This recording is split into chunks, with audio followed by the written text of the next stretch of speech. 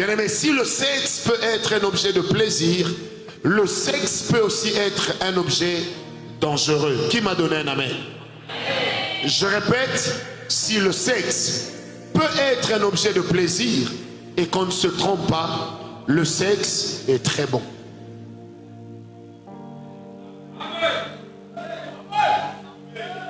Le sexe est super bon. Mais il peut aussi être super nuisible. Le problème avec le sexe, c'est que les alliances qu'elle installe ne portent pas tout de suite leurs fruits. Ça peut prendre du temps, à l'exception bien sûr de la grossesse. Ça peut prendre du temps, mais donner à ces alliances du temps, ça finira par nuire à votre vie ad vitam aeternam. Amen.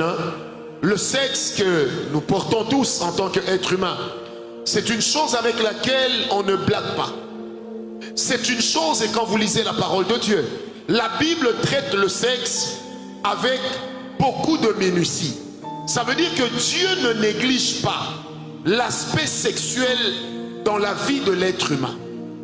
Est-ce qu'on m'a compris? Donne-moi un amen. C'est pourquoi lorsqu'on a commencé, lorsque nous avions institué les grands jeunes il y a 11 ou 12 ans, les gens se moquaient de nous. Et plusieurs personnes disaient, mais lui qui est prophète, donc tout ce qu'il trouve à faire, c'est d'enseigner sur le sexe. Hier, j'ai été à l'hôpital faire mon check-up. L'un des laborantins qui m'a reçu m'a dit, je suis marié il y a 3 ans. Et c'est grâce à vos enseignements des grands jeunes que j'ai réussi dans le mariage. Elle m'a dit, le courage que vous aviez eu dès le départ de parler du sexe sans tabou m'a aidé. Il dit, même si les gens se moquent, même si les gens critiquent, mais moi j'en suis bénéficiaire. Bien aimé, le sexe, on ne blague pas avec. Le sexe peut amener bien des maladies. Le sexe peut entraîner bien de nuisances. Mais le sexe peut aussi ressouder un couple qui est en train de se diviser. Les mariés seront d'accord avec moi. Est-ce qu'il y a les mariés ici? Même si vous êtes d'accord, una tomboliche à la main, mikona monesha. Si vous êtes là, montrez-moi votre main.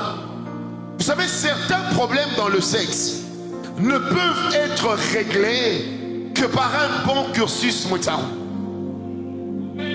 Ça veut dire que dans le mariage, on n'évoque pas tous les problèmes pour chercher à tout prix les causes. Certains problèmes, quand madame est fâchée ou quand monsieur est fâché et qu'il ne te laisse pas l'espace de lui demander pardon, bien-aimé, tant qu'il ou elle dort à tes côtés, et même si elle se déplace pour commencer à dormir au salon, il y a toujours moyen d'entrer dans son sommeil et de lui donner l'impression d'être MacGyver. Et en ce moment-là, quand le pied touche l'autre pied, c'est capable d'éveiller une sensation que seuls les mariés connaissent, aux heures que seuls les mariés comprennent. Est-ce que quelqu'un est avec moi? C'est comme ça que le sexe ou la sexualité, les rapports sexuels peuvent aider à restaurer le mariage. Vous savez, quand deux personnes parlent du divorce, la première des choses de laquelle elles commencent à se priver, c'est le sexe. Parce que si tu parles de divorce, pendant le processus de divorce, si tu manges, c'est possible de ne plus divorcer. Parce que le sexe a la capacité de mieux vous réconcilier qu'un juge du tribunal de paix. Et de trouver l'argument succulent qui va raviver des souvenirs qui vous permettront de récomposer ensemble. Mais là, je parle des mariés. Est-ce qu'on est avec moi? C'est pourquoi j'insiste pour dire que même Dieu, dans la parole, il traite le sexe avec beaucoup de sérieux. Parce que ce n'est pas par hasard que Dieu a donné à l'homme le sexe. Et Dieu, dans sa prescience, Dieu, dans sa grandeur, a créé l'homme et la femme de sorte que chez l'un, quand ça entre, chez l'autre, ça sort.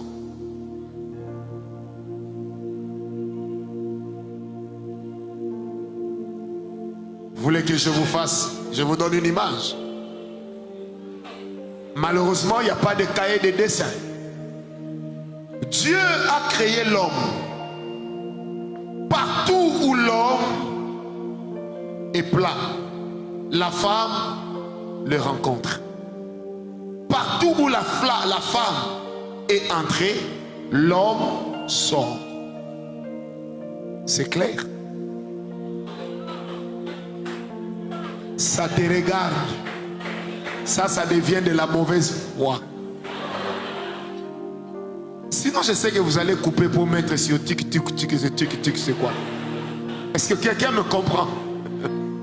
Alors, si déjà nous partons d'une telle analyse du corps humain, vous allez comprendre déjà avec moi que l'homosexualité n'a pas de place dans la création.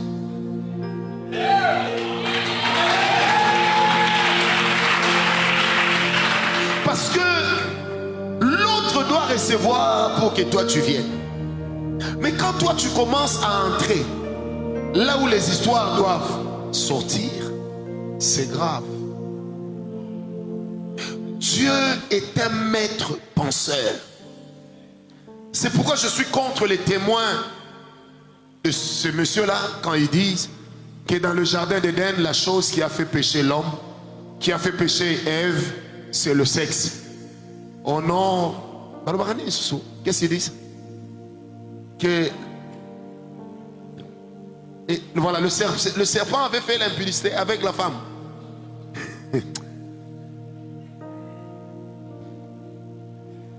Même si le serpent à l'époque ne rampait pas. Le problème avec les animaux, c'est qu'ils ne connaissent pas les préliminaires. Or, la beauté des préliminaires est sacrée dans la vie d'un couple. Parce que ça vous permet d'arriver juste là où le bus va se garer. Et ça peut vous éviter de penser que marquer 3 buts fera de toi un héros.